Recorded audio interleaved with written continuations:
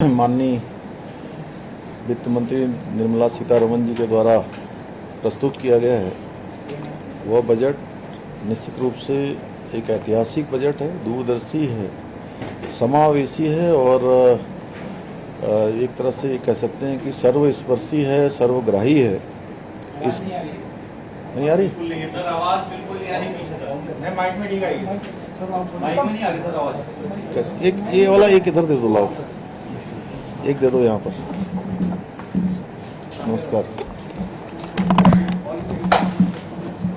और इधर को करूं?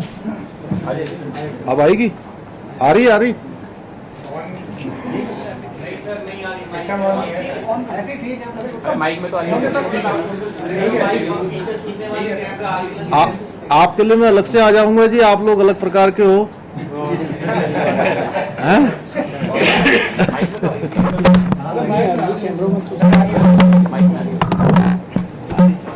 आ रही है? अब आई? ठीक है सर, ठीक है। आप सब सर आप बोलिए। ये कुछ इसकी लाइट चली गई यार। माइक पे तो आ रही है। कौन सा माइक?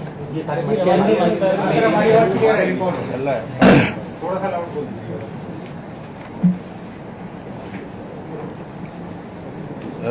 आज का जो बजट देश के लिए आया है, उस बजट को प्रस्तुत करने के लिए मैं माननीय वित्त मंत्री निर्मला सीतारमण जी को बहुत उनका आभार व्यक्त करता हूं, धन्यवाद देता हूं कि ये बजट ऐतिहासिक बजट है, ये दूरदर्शी बजट है, समावेशी और सर्वस्पर्शी और सर्वग्राही बजट है।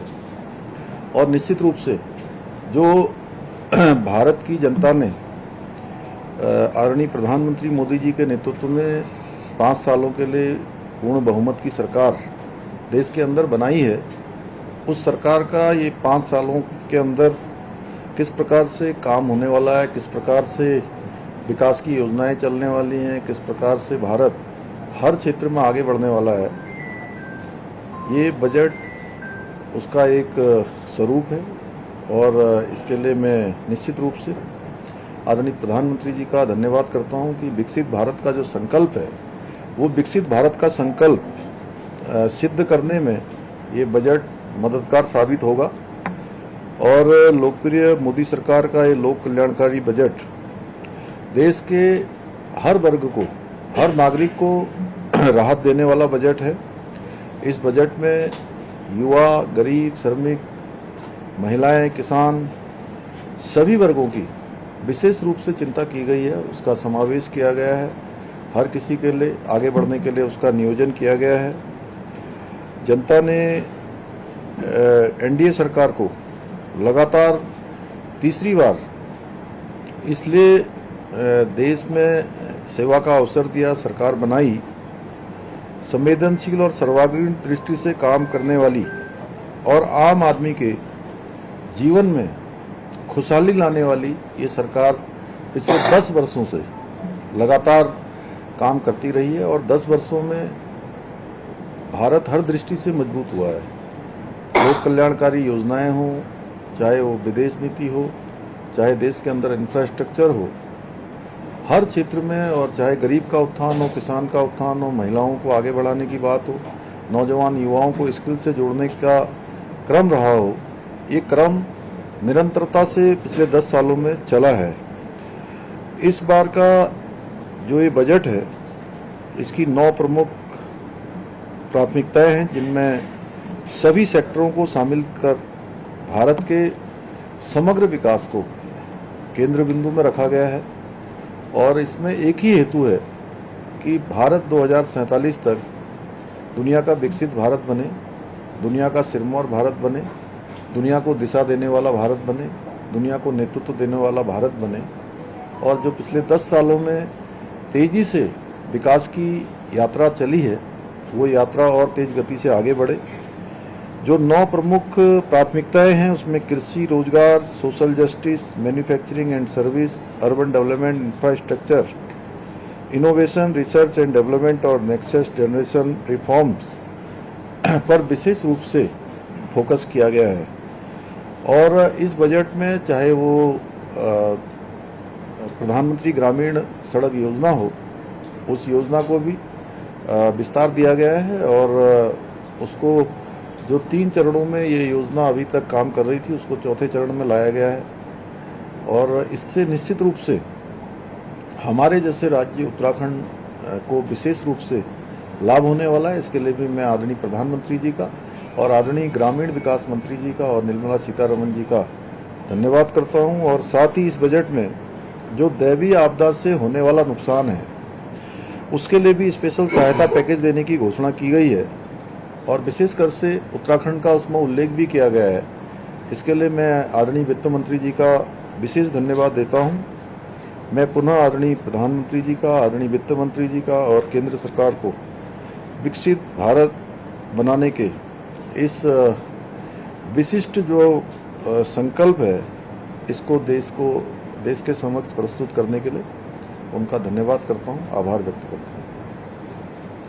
मुख्यमंत्री जी, नीति आयोग की भी बैठक है, क्या लगता है इस बजट में जो कुछ रह गया कुछ और आप लोगों ने प्लान किया वो नीति आयोग के माध्यम से या प्रधानमंत्री जी के समक्ष जो मुख्यमंत्री जी का सम्मेलन है उसके माध्यम से कुछ और? देखिए, बहुत सारे जो विषय हैं जो हमारे राज्य के लिए बहुत ज़रूरी हैं उसमें इस बजट में उसका प्रावधान किया गया है। चाहे वो हमारे आदिवासी जनजाति क्षेत्रों में उनके विकास की योजनाएं हैं, उनके समग्र उत्थान की योजना है, उस योजना में स्थान दिया गया है।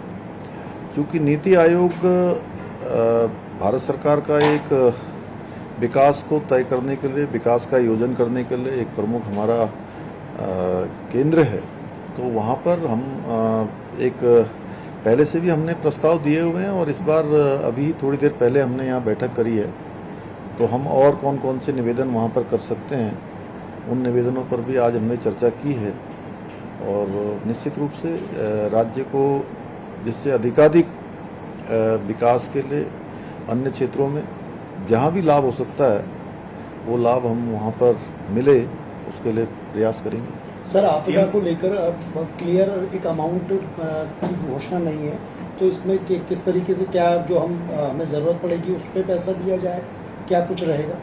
नहीं, देखिए, आपदा के जो मानक हैं उन मानकों के अनुसार तो भारत सरकार लगातार हमको सहायता करती है।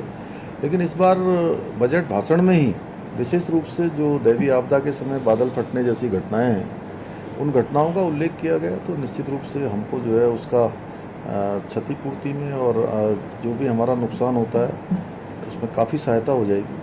राहत पैकेज का मिलना कितनी बड़ी राहत देखते हैं, क्योंकि हर वर्ष काफ़ी नुकसान होता है। नहीं, भारत सरकार से लगातार हमको आपदा के मद में हमेशा राहत दी जाती है और उसमें हमको पर्याप्त मात्रा में केंद्र की सहायता मिलती है और वो जारी रहेगी। माननीय प्रधानमंत्री जी का हमारे राज्य से विशेष लगाव है, उनके हृदय में उत्तराखंड बसता है और हमेशा उत्तराखंड के लिए वो बढ़ चढ़कर हमारी सहायता करते हैं। कांग्रेस ने बजट को निराशाजनक कहा, उत्तराखंड को इस बजट से कुछ हाथ नहीं लगा। देखिए, जिनके मन में निराशा होगी उनको हर जगह निराशा दिखाई देगी। भारत आज दुनिया का सिरमौर भारत बन रहा है, भारत आज दुनिया को दिशा देने वाला भारत बन रहा है। पूरी दुनिया भारत का मान सम्मान कर रही है और कांग्रेस को निराशा इसलिए दिखाई देती है कि कांग्रेस निराशा में है। 543 में से 99 सीट जीतकर वो अपने आप को जो है पूरे विश्व विजयी जैसा घोषित कर रहे हैं, तो उनके लिए निराशा ही है।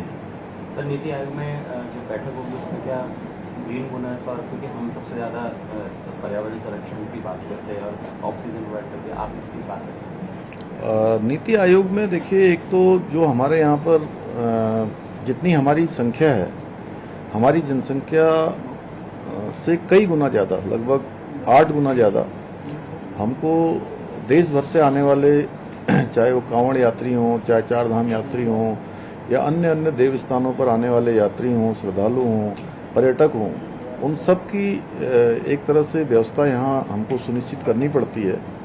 तो उसके अनुसार ही हम जो है इस बार नीति आयोग से निवेदन करेंगे कि जो हमको जितनी संख्या का यहाँ पर व्यवस्था करनी पड़ती है हर प्रकार से, तो उसके अनुरूप कहीं ना कहीं हमको जो है सहायता मिलनी चाहिए। हमको जो है उसमें पर्याप्त रूप से जो है उनका मैनेजमेंट करने के लिए वो जो प्रबंधन ठीक हो वो देना चाहिए हमको, कहेंगे उनसे। सर, बिहार और आंध्रा को इस बार स्पेशल फोकस पर रखा गया है, और इस पे पॉलिटिक्स भी होगी कि साथियों को दे दिया और बाकी राज्यों को छोड़ दिया। देखिए, आदरणीय प्रधानमंत्री जी का हमेशा से रहा है कि सबका साथ, सबका विकास और सबका विश्वास और सबका प्रयास। तो वहाँ जहाँ जैसे विकास की आवश्यकता होगी उसके अनुरूप जो है बजट में प्रावधान किया गया होगा। चलिए सर, थैंक यू। धन्यवाद।